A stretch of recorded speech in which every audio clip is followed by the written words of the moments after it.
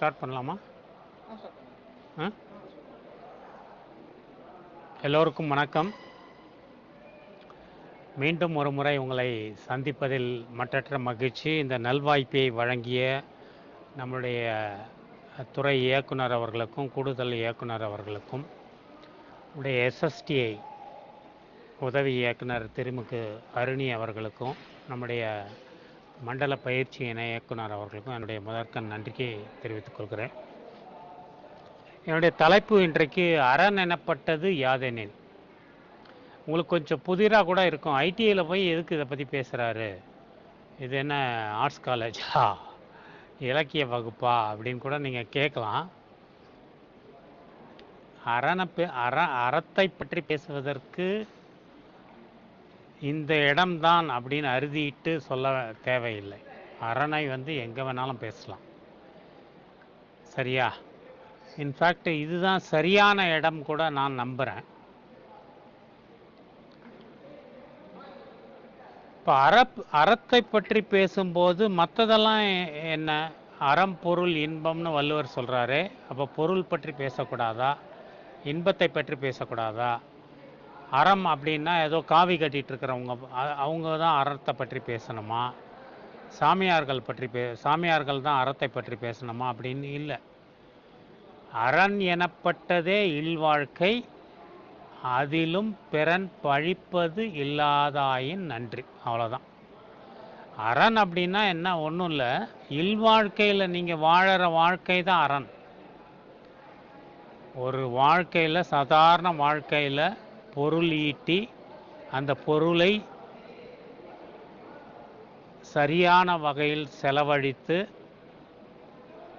மனைவியையும் மக்களையும் காத்து இந்த சமுதாயத்திற்கு தொண்டாற்றி நட்பு உறவுகளை பேணி இப்படி ஒரு சமுதாயத்தின் அங்கமாக இருப்பது தான் அறம். அறம் அப்படின்னா நீங்கள் தினமும் கோயிலுக்கு போகணும், உண்ணா நோன்பு இருக்கணும், அங்க பிரதட்சணம் பண்ணணும், அதெல்லாம் கிடையாது. விதித்தன செய்தலும் விலக்கியன ஒழித்தலும் அறம். இப்போ உங்களுக்கு புரிஞ்சிருக்கும்னு நினைக்கிறேன். விதித்தன செய்தல் விலக்கியன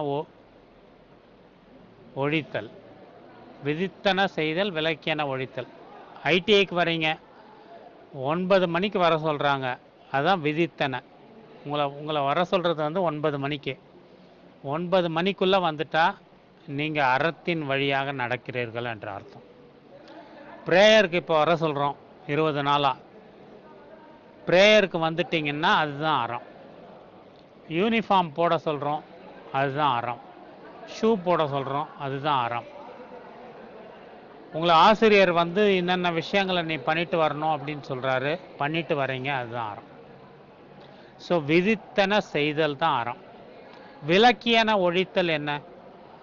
நேற்று கூட எங்கள் தொழிற்பயிற்சி நிலையத்தில் பார்த்திங்கன்னா மாணவர்கள் அவங்க பாக்கெட்டில் இருந்து நாங்கள் தேவையில்லாத வஸ்துக்கள்லாம் பறிமுதல் பண்ணோம். ஸோ விலக்கியதை ஒழித்தல் அறம். கல்லுண்ணாமை ஒரு அறம், கல்லாமை ஒரு அறம். கல்லாமை அப்படின்னா பிறன் பொருளை உள்ளத்தாலும் நினைத்தல் கூட தீது. ஸோ அது கவராமை, அது ஒரு அறம். ஸோ இப்படி அறத்துக்கு நிறைய எக்ஸாம்பிள் சொல்லலாம். பொய் பேசாமல் இருக்கிறது, இந்த காலத்தில் யார் சார் பொய் பேசாமல் இருக்க முடியும் அப்படின்னு நீங்கள் கேட்கலாம். பொய்யாமை ஆற்றின் அறம் பெற செய்யாமை நன்று. பொய் மட்டும் நீங்கள் சொல்லாமல் இருந்துட்டீங்கன்னா வேற எந்த விதமான அறத்தையும் நீங்கள் செய்ய வேண்டியதில்லை, அவ்வளோதான். ஸோ அறம் அப்படின்னா அதில் 38 அதிகாரம் 380 குறள் வச்சுருக்கார். அந்த 380 குறளும் கற்றுக்கிறது, அதன் பிரகாரம் செயல்படுறது அறமா அப்படின்னா, அப்போ பொருள் என்ன, இன்பம் என்ன அப்படின்னு கேட்டிங்கன்னா, இன்பமும் அறம்தான், பொருள் ஈட்டுவதும் அறம்தான், விதித்தன செய்தல் விலக்கியன ஒழித்தலும் அறம்தான். எப்படின்னா, அரண் ஈனும் இன்பமும் ஈனும் திறன் அறிந்து தீதின்றி வந்த பொருள். திறன் அறிந்து உங்கள் திறமைக்கு ஏற்ப யாருக்கும் தீங்கிழைக்காமல் அதே நேரத்தில் முறையான வழியில் வந்த பொருள் அறம். அரண் ஈனும், அரண் என்னெல்லாம் ஈனும்னா இன்பமும் ஈனும் திறன் அறிந்து தீதின்றி வந்த பொருள். ஸோ அறம் பொருள் இன்பம் மூணுமே ஒரே குறளில் வந்துருச்சு பாருங்க. அரண் ஈனும் இன்பமும் ஈனும் திறன் அறிந்து தீதின்றி வந்த பொருள். அதே போல் அறத்தை நான் ஏன் கடைபிடிக்கணும், அறத்தை நான் ஏன் கடைபிடிக்கணும், அதெல்லாம் இந்த காலத்துக்கு சரியாக வருமா?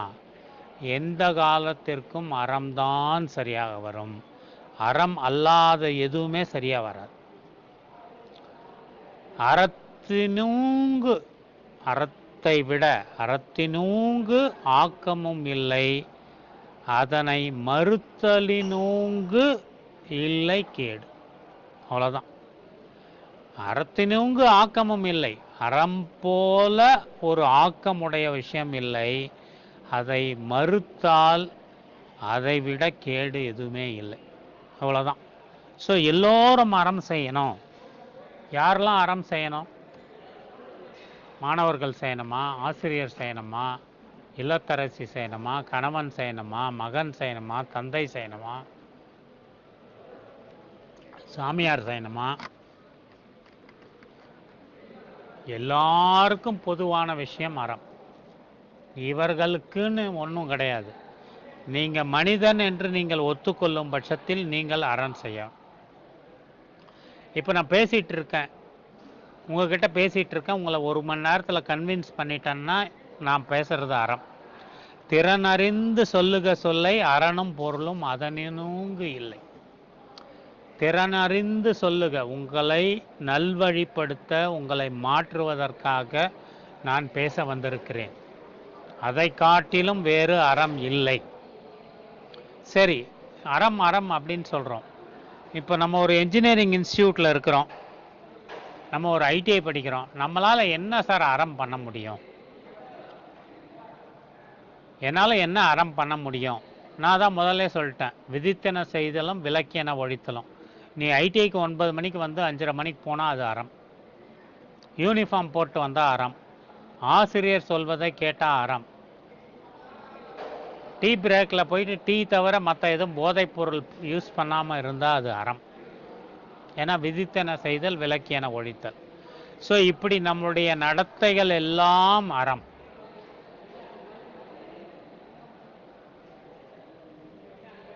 இப்போ எது அறம் இல்லை? விலக்கியன ஒழித்தல். விலக்கியனவற்றை ஏற்றுக்கொண்டால் அது அறம். அது அறம் இல்லை. விலக்கியன ஒழித்தல் அறம். விலக்கியனவற்றை நீங்கள் ஏற்றுக்கொண்டால், மது, கல் உண்ணாமை அப்படின்னு ஒரு அதிகாரம் சொல்றாரு. ஸோ கல் உண்டால் அது அறத்திற்கு எதிரான விஷயம். புகைப்பிடித்தால் அது அறத்திற்கு எதிரான விஷயம். ஏன்?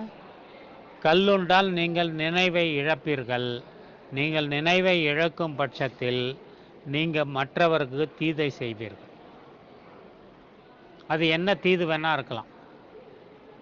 ஒரு சினிமா கதை உண்டு. 3 ஆப்ஷன் கொடுத்துட்றாங்க. ஒரு கத்தி, ஒரு மது பாட்டில், ஒரு பென். இந்த பெண்ணை வந்து நீங்கள் தற்போது கற்பழிக்கலாம், இல்லை கத்தியில் குத்திடலாம். இது எதுவுமே வேணாம், மது அருந்தினா போதும். பயப்படுறான் அவன். ஐயோ, கத்தியில் குத்துறதா, கற்பழிக்கிறதா, எல்லாம் பெரிய கொடுமையாச்சே, பெரிய தண்டனையாச்சே, நரகத்துக்கு போவோமே, அதுக்கு மது அருந்தி விடலாமே, அது யாரையும் வந்து கெடுக்காதே. மது அருந்துறான், போதையில் மற்ற 2 விஷயங்களும் பண்ணுறான். ஸோ கல்லுண்ணாமை வந்து மற்ற 2ஐ விட கொடியது. கல் உண்பது, மது அருந்துவது. ஸோ பொய் சொல்வதால் ஒரு உயிர் போகிறது என்றால் அது அறத்திற்கு எதிரான செயல். பொய் சொல்வதால் ஒரு உயிர் காப்பாற்றப்படுவதென்றால் அது அறத்திற்கு சமம். பொய்யாமை பொய்யாமை ஆற்றின் அறம்பிற செய்யாமை செய்யாமை நன்று சொல்கிறாரு. பொய் மட்டும் நீ சொல்லாமல் இருந்தீங்கன்னா வேற அறத்தை எதுவுமே செய்ய வேண்டான. ஆனால் பொய்மையும் வாய்மையிடத்து புரை தீர்த்த நன்மை பயக்கும். பொய்மையும் வாய்மை எடுத்து, பொய் கூட வாய்மை தான். எப்போ அப்படின்னா அது புரை தீர்த்த நன்மை பயக்கும் எனில், அது நன்மை பயக்கும் என்றால் நீங்கள் சொல்கின்ற பொய் வாய்மையாகவே கொள்ளப்படும், உண்மையாகவே கொள்ளப்படும். ஸோ இடம் பொருள் இரண்டும் ரொம்ப முக்கியம். ஸோ நீங்கள் மது வருதுன்னா அப்போ சொர்க்கத்துக்கு போவோமா நரகத்துக்கு போவோமா? நரகத்துக்கு போவோம். ஏன் நரகத்துக்கு போவோம்? கத்தி இருக்கு, பெண் இருக்கிறா. ஸோ மது இருந்தால் அது கத்தின்னு தெரியாது, அது பெண்ணுன்னு தெரியாது. அப்போ என்ன பண்ணுறது? நான் சொர்க்கத்துக்கு போனோன்னா என்ன பண்ணுறது? சொர்க்கத்துக்கு போகிறதுக்கு ஏதாவது ஷார்ட்கட் இருக்கா? குறுக்கு வழி இருக்கா? இருக்கு. இந்த மண்ணில் நல்ல வண்ணம் வாழ்ந்தவர்கள் யாரெல்லாம் இருக்கிறார்களோ அவர்கள்லாம் சொர்க்கத்துக்கு போவாங்கன்னு சொல்கிறாங்க. ஸோ நல்ல வண்ணம் வாழ்ந்தவங்க யாருன்னு சொல்கிறது? ஆசிரியர் தொழில் செய்கிறவங்களா? இன்றைக்கு சொல்வதற்கு கடினமான விஷயமாக இருந்தாலும் கசப்பான விஷயமாக இருந்தாலும் எத்தனையோ ஆசிரியர்கள் தவறான பாதையில் பயணப்படுகிறார்கள் என்று அன்றாட செய்தித்தாளில் பார்க்குறோம். ஸோ மருத்துவத்துறையா? நோபலஸ்ட் ஆஃப் நோபல், உலகத்திலே நோபலஸ்ட் ஆஃப் நோபல் அப்படின்னா மருத்துவத்துறை, மருத்துவர்கள், டாக்டர்கள். ஸோ அதுவா? இல்லை காவி கட்டிட்டு போயிடுறதா, கஷாயம் கட்டிட்டு போயிடுறதா? இல்லை. இதையெல்லாம் விட சிறந்தது விவசாயம். உழன்றும் ஏற்பின்னது உலகம், உழன்றும் உழவே தலை. உலகத்திலேயே எதுடா மிக உன்னதமான தொழில் அப்படின்னா விவசாயம். ஏன்னா உணவு படைக்கிறான். உணவு உடை உறையுள். விலங்குகளுக்கும் அதுதான், மனிதனுக்கும் அதுதான். மனிதனுக்கு மட்டும்தான் பின்ன வர்ற இரண்டும் தேவைப்படும். உணவுக்கு அப்புறம் உடை தேவைப்படும், உறையுள் தேவைப்படும், வீடு தேவைப்படும். ஆனால் விலங்குகளுக்கு உணவு மட்டும் இருந்தால் போதும். ஸோ உணவை தயாரித்து அளிக்கின்ற விவசாயிகள் அவங்க யாருன்னா அவங்க அறத்தின் பால் பட்டவர்கள்.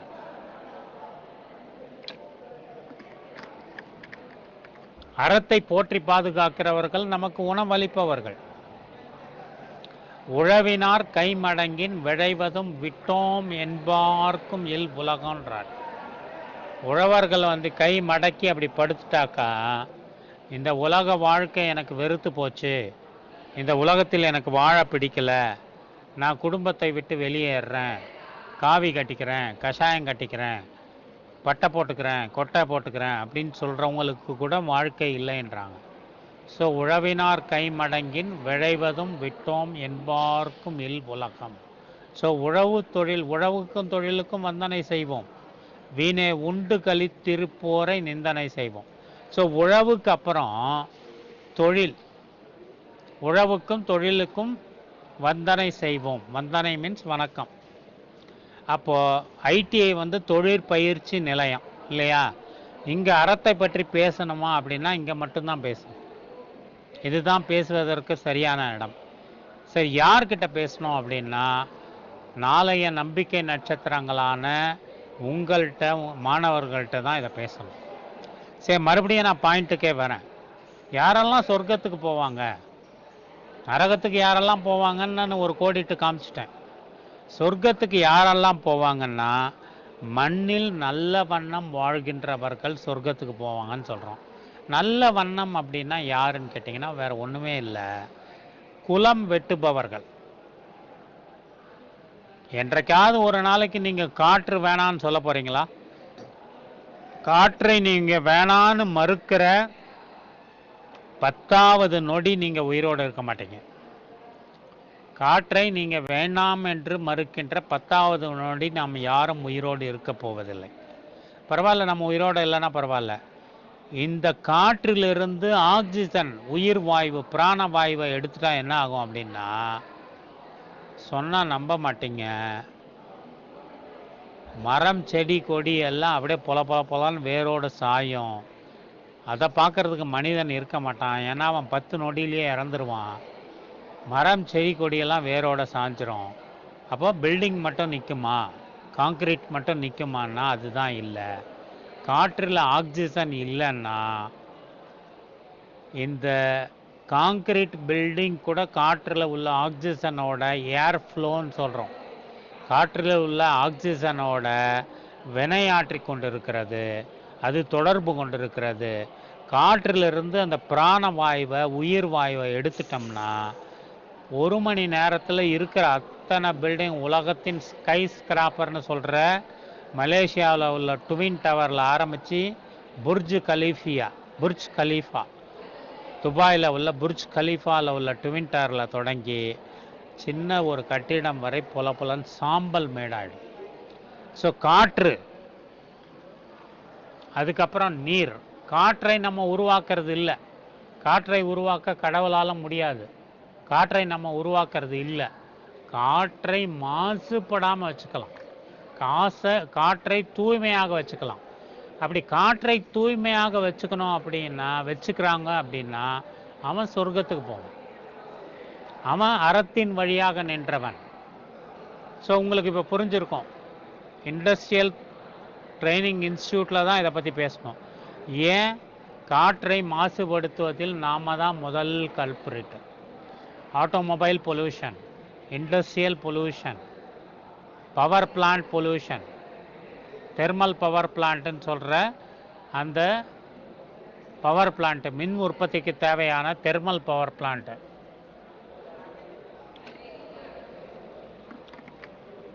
இதெல்லாம் தான் கல்பிரிட். இவங்கெல்லாம் தான் காற்றை மாசுபடுத்துகிறார்கள். ஸோ காற்றை மாசுபடுத்தினா காற்றில் கரியமில வாயு, கார்பன் டை ஆக்சைடு அதிகமாக போக போக ஆக்சிஜன் குறைய ஆக்சிஜன் குறைந்த 10வது நொடியில் மனிதன் உயிரிழந்து விடுவான். 1 மணி நேரத்தில் மரங்கள் வேரோடு பெயர்ந்து விழுந்துவிடும். 4 மணி நேரத்தில் எந்த கட்டிடமும் இந்த பூமியில் நிலையாக நிற்காது. ஸோ மண்ணில் நல்ல வண்ணம் வாழ்கின்றவர்கள் யார் அப்படின்னா, காற்றை மாசுபடுத்தாதவர்கள், அறம் செய்கின்றவர்கள். அதுக்கடுத்து குளம் வெட்டுகிறவர்கள். குளம் வெட்டுகிறவர்கள் யார் அப்படின்னு கேட்டால், குளம் அப்படின்னா விவசாய பாசனத்திற்கு குளம் வெட்டவர்கள். வாய்க்கால் நீர் வழிந்தோட வாய்க்கால் குளம் வெட்டி அந்த குளம் அங்கேயே தேங்கி இருந்தால் யாருக்கும் பிரயோஜனம் இல்லை. அந்த ஆறு கூட, ஆறு எப்படி இப்போ தஞ்சாவூர் கல்லணைக்கெல்லாம் எப்படி பாசன வாய்க்கால்னு தான் சொல்கிறான். ஸோ குளம் வெட்டுபவர்கள், நீர் வழிந்தோட வாய்க்கால் அமைப்பவர்கள். 3வது ஆள் யாருன்னு கேட்டிங்கன்னா மரம் நடுபவர்கள். இந்த 3 பேர் தான் சார் சொர்க்கத்துக்கு போவாங்க. இந்த 3 பேர் மட்டும்தான் சொர்க்கத்துக்கு போவாங்க.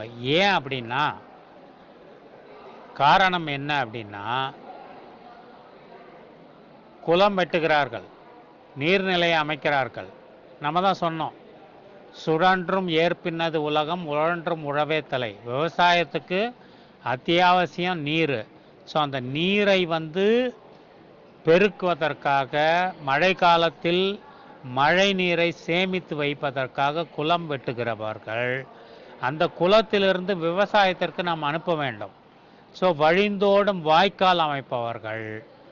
அதுக்கப்புறமா மரம் நடுபவர்கள். அந்த மரம் நடுபவர்கள் ஏன் சொர்க்கத்துக்கு போகிறாங்க அப்படின்னா, இன்றைக்கு நீங்கள் காலையில் சாப்பிட்டு வந்த உணவு, இன்றைக்கு நாம் காலையில் சாப்பிட்டு வந்த உணவு சென்ற ஆண்டு ஏதோ ஒரு மூலையில் ஏதோ ஒரு விவசாயி நமக்காக பாடுபட்டிருக்கிறான். அவன் சேற்றில் கால் வைக்கவில்லை என்றால் நாம் சோற்றில் கால் வைக்க முடியாது.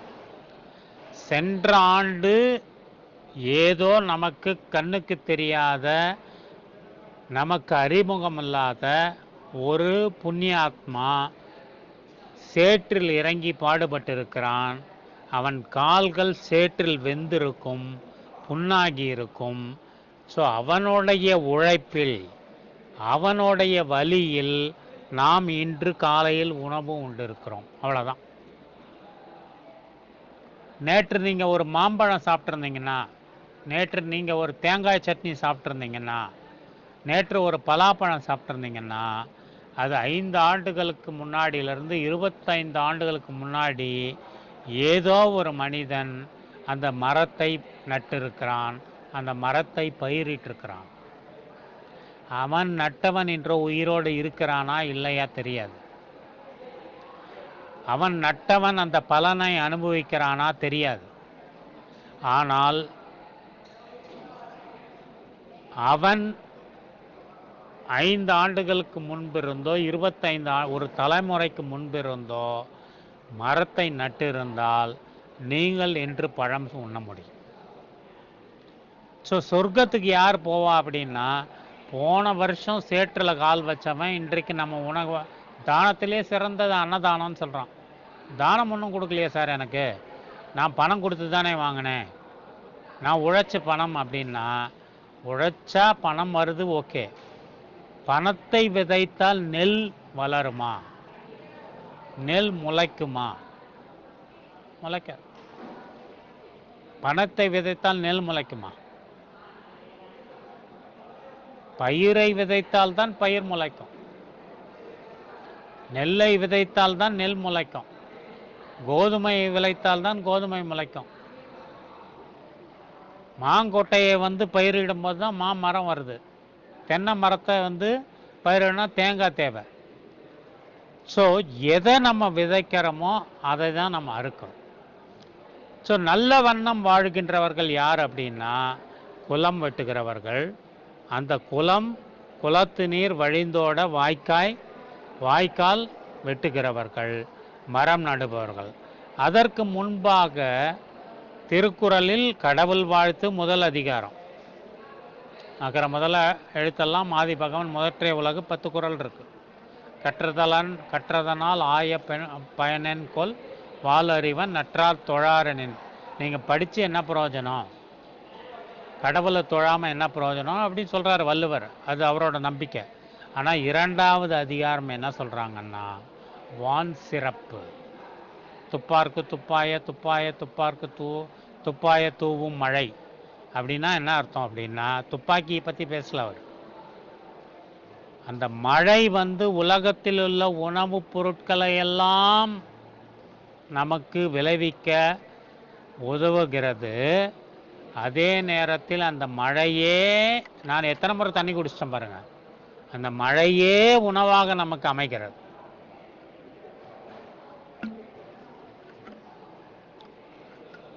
விரிநீர் வியனுலகத்து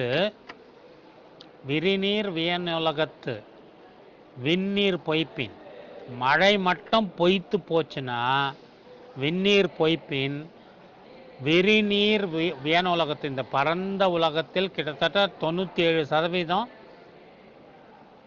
நீர் இருக்குதுன்னு நம்ம சொல்கிறோமே, அந்த நீர் இருக்கிற இந்த பரந்த உலகத்தில் விண்ணீர் மழை நீர் பொய்த்து போச்சுன்னா, ஏன்னா 97%, கிட்டத்தட்ட 93% கடல் நீர், உப்பு நீர், குடிக்கிறதுக்கு ஏதுவாக இருக்காது. 4% தான் உங்களுக்கு குடிக்கிறதுக்கு ஏதுவாக இருக்கும். அது எந்த நீர்னா விண்ணீர். அந்த விண்ணீர் பொய்ப்பின் விரிநீர் வியனுலகத்து உள் நின்று உடற்றும் பசி. நம்ம வயிற்றில் பார்த்திங்கன்னா பசி கிடந்து நம்மளை உடற்றும், நம்மளை கொஞ்சம் கொஞ்சமாக கொல்லும், கொஞ்சம் கொஞ்சமாக நரகத்திற்கு அனுப்பும். ஸோ விண்ணீர் பொய்ப்பின் விரிநீர் வியனுலகத்து உள் நின்று உடற்றும் பசி. ஸோ அப்படி மழை நீரை சேமித்து வைக்க குளம் வெட்டுபவர்கள், அந்த குளத்தில் சேமித்து வைத்த நீரை வழிந்தோட வாய்க்கால் அமைப்பவர்கள், அந்த வாய்க்கால் அமைப்போடு மட்டுமல்லாமல் மரம் நடுபவர்கள் சொர்க்கத்துக்கு போகிறார்கள். இப்போ புரிஞ்சிருச்சா? அறம் அப்படின்னா, அறம் செஞ்சவங்க அறம் செய்ய விரும்பு அப்படிங்கிறாங்க அவையார். ஏன்னா சொல்லலை, ஏன் அறம் செய்ய விரும்பணும்? அவையார் அறம் செய்ய விரும்பு, முடிஞ்சு போச்சு. ஆறுவது சினம், அதுக்கடுத்தது கோபம் இல்லாமல் ஒரு மனுஷன் இருந்தால் அவன் அறம் செய்யதான் அர்த்தம். ஈவது விலக்கேல், ஈவது விலக்கெல்லாம் யாருன்னா ஒருத்தர் கொடுக்குறான் அப்படின்னா அதை தடுக்காதன்னு அர்த்தம். அது அறம். ஸோ இப்படி போயிட்டே இருக்குது லிஸ்ட், எல்லாமே அறம். ஸோ மரம் ஏன் நடணும்? மரம் நட்டவங்க அறம் செய்கிறாங்களா? அவங்க சொர்க்கத்துக்கு போவாங்களான்னா ஆமாம். எப்படி? இங்கே தான் வந்து என்ஜினியரிங் ப்ளே பண்ணுது. இங்கே தான் வந்து டெக்னிக்கல் எஜுகேஷன் படிக்கிறவங்களுக்கு இந்த விஷயம் தெரியணும்னு நான் ஆசைப்படுறேன். அதனால தான் அந்த டைட்டிலையே கொடுத்தேன். இப்போ மரம் நடுறோம். மரத்தை பார்த்தீங்கன்னா, மரத்தை பற்றி சொல்லும்போது மரந்தான் மரந்தான் எல்லாம் மரந்தான், மரந்தான் மரந்தான் மனிதன் மரந்தான். எப்படி? மரந்தான் மரந்தான் மனிதன் மரந்தான். மரம்தான் எல்லாம், எல்லாம் மனிதன் மறந்துட்டான். தாளிக்க எண்ணெய். எப்படி? தாளிக்க எண்ணெய் தடவ தைலம். படுக்க கட்டில் ஆட்ட தொட்டில். படுக்க கட்டில் ஆட்ட தொட்டில் எல்லாம் மரம்தான். ஸோ மரத்தோட இருக்க நாற்காலி, எழுத மேசை, வாயில் கதவு, நிலை தூண் எல்லாம் மரம்தான். மரந்தான் மரந்தான் மனிதன் மரந்தான். மரங்கள் இல்லாத உலகத்தில் மனிதன் இருக்க முடியாது. மனிதன் இல்லாத உலகத்தில் மரம் இருக்கும். கரெக்டு தானே? மரங்கள் இல்லாத உலகத்தில் மனிதன் இருப்பானான்னு கேட்டிங்கன்னா, உலகத்தின் கடைசி மரத்தையும் வெட்டியாச்சு. மனிதன் இருக்க முடியுமானா மனிதன் இருக்க முடியாது. நான் சொன்னது தான், காற்றில் ஆக்சிஜன் இருக்காது. காற்றில் ஆக்சிஜன் இருக்காது. அப்படி காற்றில் ஆக்சிஜன் இல்லை அப்படின்னா 10வது நொடி மனிதன் உயிரிழந்து விடுவான். ஸோ மரங்கள் இல்லாத உலகத்தில் மனிதன் உயிர் வாழ முடியாது. மனிதன் இல்லாத உலகத்தில் மரங்கள் செழித்தோங்கி வளரும். இப்போ புரிஞ்சுங்க, மரம் நடுபவர்கள் ஏன் சொர்க்கத்துக்கு போகிறாங்கன்னா, முதல் காரணம், பஞ்சபூதங்களை நீங்கள் பூதத்தை அடக்க முடியுமா? எந்த பூதம்? பஞ்சபூதத்தை அடக்க முடியுமா? என்ன சார் விளையாடுறீங்களா? பஞ்சபூதத்தை அடக்க முடியுமான்னா முடியும். ஒரு மரம் நட்டு வச்சிங்கன்னா பஞ்சபூதத்தை அடக்க முடியும். எப்படி? அதுக்கு தான் இண்டஸ்ட்ரியல் எஜுகேஷன், என்ஜினியரிங் கான்செப்ட், பொறியியல் வகுப்பு தான் நான் எடுக்கிறது. அறம் அப்படின்னோடனே இதை பட்டக்கொட்டை போட்டுட்டு எடுக்க வந்தேன்னு நினைக்க வேண்டாம். அறம் அப்படின்னா பொறியியல் தான் இப்போ விளையாட போகுது. ஸோ ஒரு மரம் நடுவதன் மூலமாக மரம் என்ன பண்ணுது அப்படின்னா, கார்பன் டை ஆக்சைடை, கரியமில வாயுவை உறிஞ்சு கொண்டு ஆக்சிஜனை வெளியிடுகிறது. மரம் சுவாசிப்பது கார்பன் டை ஆக்சைடு. எப்போ சூரியன் எப்பெல்லாம் இருக்குதோ அப்பெல்லாம் மரம் வந்து கார்பன் டை ஆக்சைடை உறிஞ்சிக்கிட்டு ஆக்சிஜனை வெளியிடுது. அந்த ஆக்சிஜன் தான் உயிர் வாயு, பிராணவாயு, நம்முடைய உயிர் வாழறதுக்கான பிராணவாயு. ஸோ மரம் வந்து அப்படி ஆக்சிஜனை வெளியிடும் போது என்ன ஆகுதுன்னா, சூரியனுடைய வெப்ப கதிர்கள்ல இருந்து நம்மை காத்து கொள்ள முடியும். ஓசோன் படலம் ஓட்டை ஆகுதுன்னு சொல்றான்.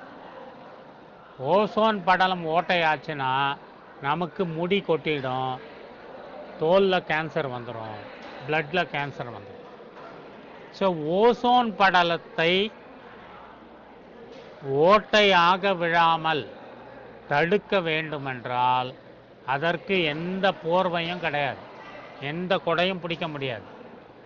ஓசோன் படலத்தை ஓட்டையாகாமல், டேமேஜ் ஆகாமல் இருக்கணும்னா ஒரு மரம் நட்டு வச்சா போதும், ஒரு மரம் வளர்த்தா போதும். ஸோ ஓசோன் படலத்தை ஓட்டையாகாமல் தடுக்கணும்னா மரம் வேணும். ஸோ காற்றை தூய்மைப்படுத்த மரத்தால் மட்டும்தான் முடியும். காற்றை செலவை செய்ய மரத்தால் முடியும். உன்னால் முடியுமா? ஸோ காற்று, பஞ்சபூதத்தில் ஃபஸ்ட்டு காற்று. ஸோ காற்றை செலவை செய்ய மரத்தால் முடியும். பஞ்சபூதத்தில் இரண்டாவது நெருப்பு. சூரியனுடைய நெருப்பு நேரடியாக உங்களை தாக்கினால் நீங்கள் உயிரோட வாழ முடியும். நடுவில் என்ன இருக்குது அப்படின்னா ஓசோன் படலம் O3. நம்ம சுவாசிக்கிறது ஆக்சிஜன் O2. ஓசோன் படலம் வந்து O3. ஸோ அந்த O3 ஓசோன் படலம் மரங்கள் தான் உற்பத்தி பண்ணுது. ஸோ அப்படி உற்பத்தி பண்ணும்போது அந்த ஓசோன் படலம் என்ன பண்ணுது அப்படின்னா, ஓசோன் படலம்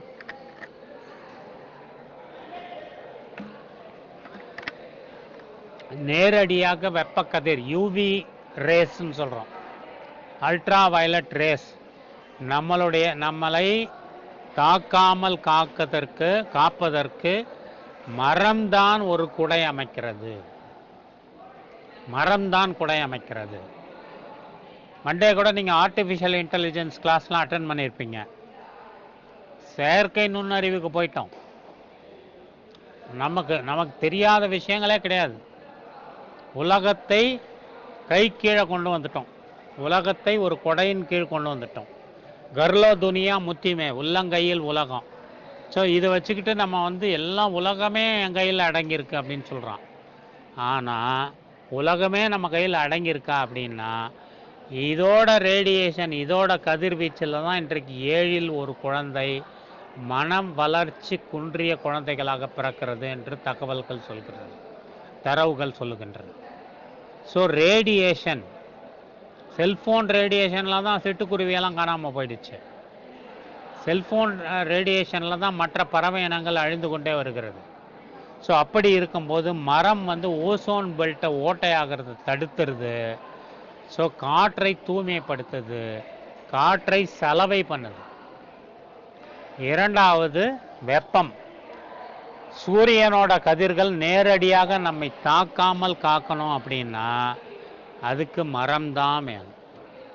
மரம்தான் ஓசோனை உற்பத்தி பண்ணுது. ஓசோன் படலம் தான் நமக்கு. ஸோ நமக்கு எல்லாம் தெரிஞ்சு போச்சு. இப்போ வந்து நீ எதுக்கு அறத்தை பற்றி பேசுகிற, எதுக்கு குளத்தை வெட்டுறதை பற்றி பேசுகிற, எதுக்கு வாய்க்கால் வழிந்தோடதை பற்றி மரம் வளர்க்குறது எங்களுக்கு தெரியாதா? பல கற்றோம் யாம் என்று கற்புகழ வேண்டாம். எனக்கு எல்லாம் தெரிஞ்சிருச்சு, நீ சொல்கிற விஷயம் எனக்கு தெரியாதா என்ன? பல கற்றோம் யாம் என தற்புகழ வேண்டாம், அலர்கதிர் ஞாயிற்றை கை குடையும் காக்கும். அலர்கதிர் ஞாயிற்றை, சூரியன் பயங்கரமாக சுட்டு எரிக்குது, கைக்குடை இருந்தால் போதும், ஒரு கைக்குடை இருந்தால் போதும். அலர்கதிர் ஞாயிற்றை கைக்குடையும் காக்கும், சில கற்றோர் கண்ணும் உலவாம், பல கற்றோர் கச்சாணி அன்னதோர் சொல். ரொம்ப படிச்சுட்டேன், எனக்கு எல்லாம் தெரியும், நீ ஒன்றும் சொல்ல வேண்டாம், அப்படி இல்லை. அலர்கதிர் ஞாயிற்றை கைக்குடையும் காக்கும், சில கற்றோர் கண்ணும் உலவாம், பல கற்றோர்க்கு அச்சாணி போல. அச்சாணின்னா உங்களுக்கு தெரியும், அச்சாணி உருவு கண்டு எல்லாமே வேண்டும், உருள் பெரும் தேருக்கு அச்சாணி அன்னார் உடைத்து. பெரிய தேர் இருக்குது, சக்கரம்லாம் இருக்குது, அச்சாணி இல்லாமல் தேரை ஓட்ட முடியாது. ஸோ பல கற்றோருக்கு அச்சாணி அன்னதோர் சொல் எதுன்னா அறம். ஸோ காற்றை வந்து செலவு பண்ணியாச்சு, சூரியன் ஓசோன் பெல்ட்டை வந்து ஸ்ட்ரென்தன் பண்ணியாச்சு, அதுக்கப்புறம் நீர். 10 செகண்டு இல்லைன்னா, காற்று இல்லைன்னா உயிர் வாழ மாட்டேன். மேக்சிமம் 10 மணி நேரம் 12 மணி நேரம். நம்முடைய இஸ்லாமிய நண்பர்கள்லாம் பார்த்திங்கன்னா இந்த ரம்ஜான் தொழுகை எப்போ எச்சில் கூட முழுங்க மாட்டாங்க. 12 மணி நேரம், காலையில் 6லேருந்து ஈவினிங் 6 வரைக்கும் எச்சில் கூட முழுங்க மாட்டாங்க. ஸோ ஃபாஸ்டிங் இருப்பாங்க. அதே போல் கிறித்துவ நண்பர்களும் அந்த லென் டேஸ்னு 40 நாள் இருப்பாங்க. இந்து மதத்தை சார்ந்தவர்களும் அமாவாசை, கிருத்திகை, பௌர்ணமி, சிவன் ராத்திரி அவங்களும் வந்து உண்ணா நோன்பு இருக்கிறாங்க. ஸோ இதெல்லாமே வந்து உள்ளுறுப்புகளை சுத்தம் செய்ய, ஆன்மாவை சுத்தம் செய்ய 12 மணி நேரம் நீர் இல்லாமல் இருக்க முடியும். 24 மணி நேரத்திற்கு பிறகு உங்களுடைய பல்ஸ் எல்லாம் இறங்கிடும். 48 மணி நேரத்துக்கு பிறகு மர்கயா. பூண்டிலிருந்து கிளி பறந்து போகிற மாதிரி உடம்புல இருந்து உயிர் பறந்து போயிடும். ஸோ 48 மணி நேரத்துக்கு பிறகு நீரின்றி அமையாது உலகு. எப்படி? நீரின்றி அமையாது உலகு. ஸோ நீர் இல்லைன்னா உலகு அமையாது. ஸோ மழை பெறுவதற்கு மரம் வளர்ப்போம். நீங்கள் எல்லாம் பார்த்துருப்பீங்க. எதுவுமே தெரியாதவங்க கூட இது உங்களுக்கு தெரியும். மழை வேண்டுமென்றால் மரம் வளர்க்க வேண்டும். ஸோ மரம் வளர்க்கணும். ஸோ மரம் வளர்த்தா மழை வரும். ஸோ மழை வந்தால் நமக்கு குளம் தேவைப்படும். குளம் இருந்தால் வாய்க்கால் வேணும். வாய்க்கால் இருந்தால் வரப்பு.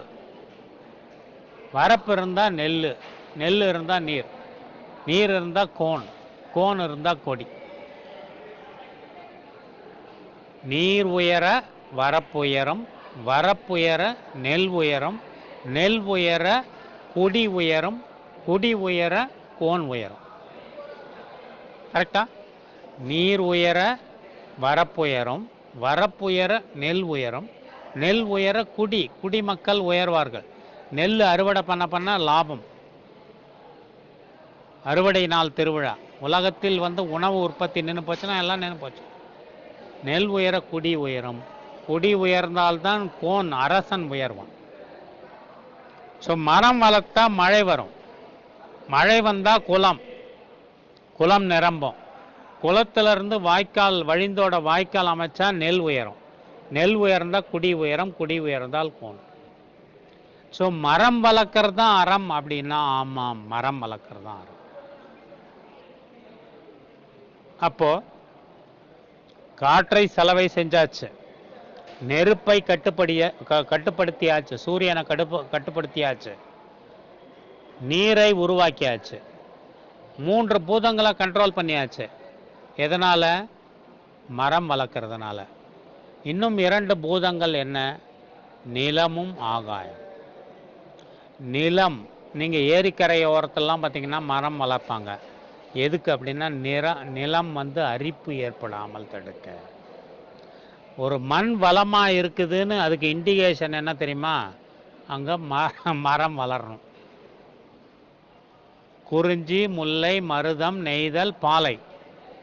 குறிஞ்சியில் உண்டு, முல்லையில் உண்டு, மருதத்தில் உண்டு, நெய்தலில் கூட உண்டு. நெய்தல் அப்படிங்கிறது கடலும் சார்ந்த இடம். கடற்கரை ஓரத்தில் பார்த்தீங்கன்னா தென்னை மரங்கள் உண்டு. கடலுக்கு நடுவுலையே சில மரங்கள் வளர்வதா சொல்கிறாங்க. சின்ன சின்ன தீவுகள் பார்த்தீங்கன்னா மிக செழிப்பான தீவுகள். இலங்கை போன்ற நாடுகள்லாம் தீவுகள், மிக செழிப்பான நெய்தல் நிலம். பாலையில் மரம் இருக்காது. பாலைவனத்தில் மரம் இருக்காது. நம்முடைய நண்பர்கள்,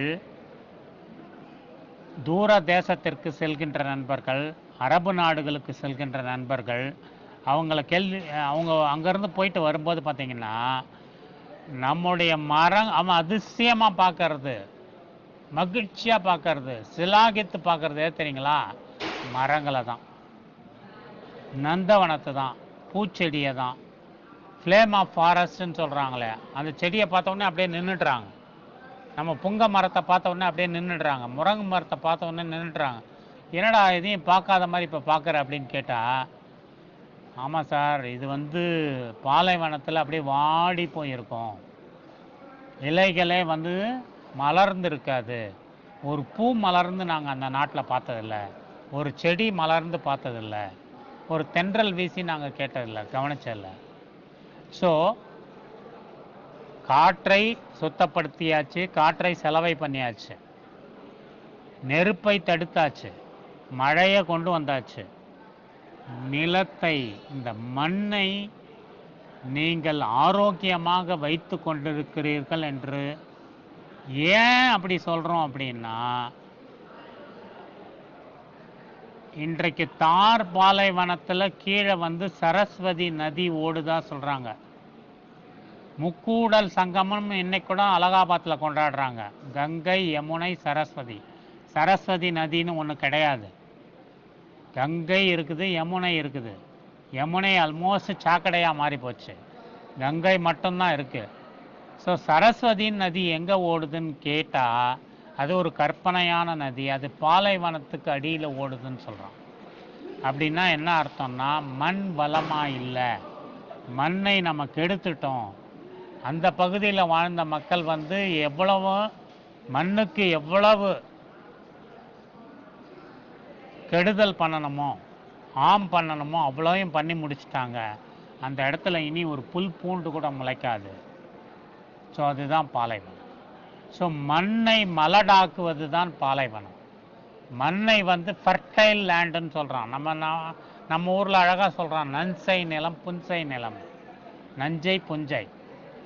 நஞ்சை அப்படிங்கிறது நல்ல மண், அங்கே தான் நெல் வரும், அங்கே தான் கரும்பு வரும், அங்கே தான் வாழை வரும், அங்கே தான் காய்கறிகள் பயிரிட முடியும். புஞ்சை நிலம்னா மானம் பார்த்த பூமின்னு சொல்கிறான். மானம் பார்த்த பூமி அப்படின்னா அங்கே வந்து விதைச்சா உண்டு, வந்தால் வீட்டுக்கு வராட்டி சாமிக்கு அப்படிங்கிறான். ஸோ நஞ்சை நிலம் புஞ்சை நிலம். ஸோ மண்ணை நீங்கள் வளமாக வைத்து கொள்ள வேண்டுமென்றால் அங்கு மரம் நட வேண்டும். அடுத்தது பஞ்சபூதத்தில் 4 பூதம் முடிஞ்சிருச்சு.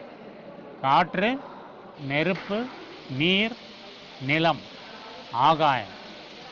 ஆகாயத்தை செலவை செய்ய வேண்டும் என்றால், ஆகாயத்தை எப்படி செலவை செய்கிறது, ஆகாயத்தை எப்படி துவைக்கிறதுனா மரம்தான். மரம்தான் எல்லாம் மரம்தான் மனிதன் மரம்தான். ஆகாயத்தில் கரியமில வாயுவை நீங்கள் குறைக்கணும்னா மரம்தான், வேறு ஒன்றுமே இல்லை. நீங்கள் இன்றைக்கு ஹைவேல சிட்டியில் வாழற பசங்கள்லாம் ஹைவேல மீடியன் இருக்கும், அந்த மீடியனில் அரளி செடி தான் வைக்கிறான். அரளி செடி எது நம்ம சாப்பிட்றதுக்கா? மனிதன் சாப்பிட்டா செத்து போயிடுவான். ஆனாலும் அரளி செடி ஏன் வைக்கிறாங்கன்னா, அரளி செடி அதிகபட்ச கார்பன் டை ஆக்சைடை கிரகித்து கொண்டு நமக்கு ஆக்சிஜனை தருகிறது. ஸோ அப்படி காற்றை செலவை செய்யணும், ஆகாயத்தை தூய்மையாக வச்சுக்கணும், ஓசோன் பெல்ட் ஓட்டை ஆகாமல் பார்த்துக்கணும் அப்படின்னா அதுக்கும் மரம்தான். ஸோ மரம்தான் அறம். என் டைட்டில் கரெக்டாக வந்துருச்சுன்னு நினைக்கிறேன். அறம் எனப்படுவது யாதெனில் மரம்தான், வேற ஒன்றும் இல்லை. மரம்தான் அறம். மரம் வளர்ப்பது தான் அறம் வளர்ப்பது. மரம் வளர்க்கும் போது இந்த உலகத்தில் உயிர் சக்தியை நாம் பெருக்கிவிட முடியும். உயிர் சக்தி என்பது காற்றை பெருக்கிவிட முடியும். மரம் வளர்ப்பதன் மூலமாக மழையை கொண்டு வந்துவிட முடியும். வானின்றி வழங்கி வருதலால் தான் அமிழ்தம் என்று உணரற் பாட்டு. வானின்றி வழங்கி வருதலால் தான் அமிழ்தம் என்று உணரற் பாட்டு. மழை வந்து வானத்திலிருந்து வழுகின்ற மழை இருக்கு இல்லையா, வானத்திலிருந்து வர்றதுனால தான் அதுக்கு பேர் அமிழ்தம். ஏன்னா யார் அமிழ்தம்ன்றது யார்? தேவர்கள் சாப்பிட்றது, தேவலோகத்தில் இருக்கிறது. தேவலோகத்திலிருந்து இறங்கி வர்றது என்ன? அமிழ்தம். ஸோ மழை எங்கேருந்து வருது? தேவலோகத்திலிருந்து வருது. ஸோ தேவலோகத்திலிருந்து இறங்கி வருதலால் தான், வானின்றி வழங்கி வருதலால் தான் அமிழ்தம் என்று உணர வேண்டும். உணரற் பாட்டு. ஸோ அறம் எனப்படுவது யாதெனில் மரம்தான்.